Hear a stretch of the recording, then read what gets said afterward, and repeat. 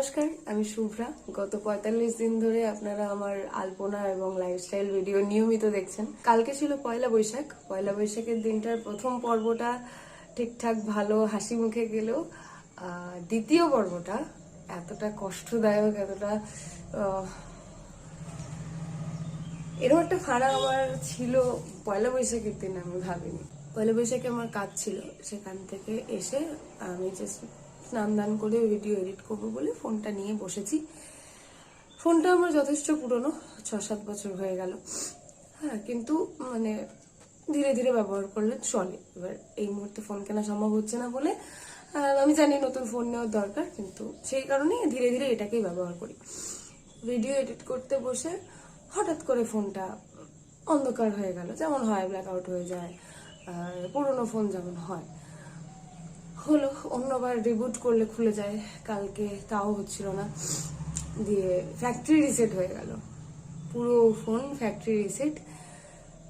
জানেন সবাই, সমস্ত ডিলিট সব মানে গত ৬-৭ বছর পুরো মুছে গেল, পুরো ক্লিয়ার, কোনো কন্ট্যাক্টস নেই, কোনো অ্যাপস নেই। এবার মূল বিষয় হলো আমার ইউটিউব আর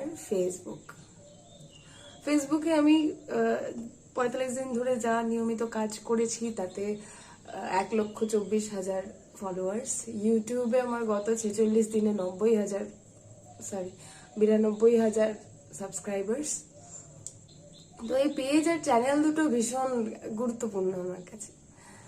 সেই দুটো কোনোভাবে রিকভারি সম্ভব হচ্ছিল না, গুগল অ্যাকাউন্টেই ঢোকা যাচ্ছে না। আসলে আমি জিমেল পাসওয়ার্ড ভুলে গেছি, আমি ফোনে কোড আসছে না।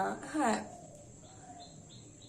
এই মুহূর্তে মানে এরকম মোমেন্টে হ্যাঁ সবাই বলবে যে হ্যাঁ হ্যাঁ ঠিক হয়ে যাবে, হ্যাঁ আরে কোনো চিন্তা নেই, ঠিক হয়ে যাবে, কোনো ব্যাপার না, আরে এগুলো সবারই হয়, এরকম এগুলো ডিলিট হয় না, এগুলো আসবে।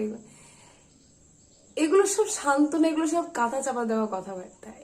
এইগুলোতে চিড়ে ভেজেও না, এগুলোতে মন মানেও না।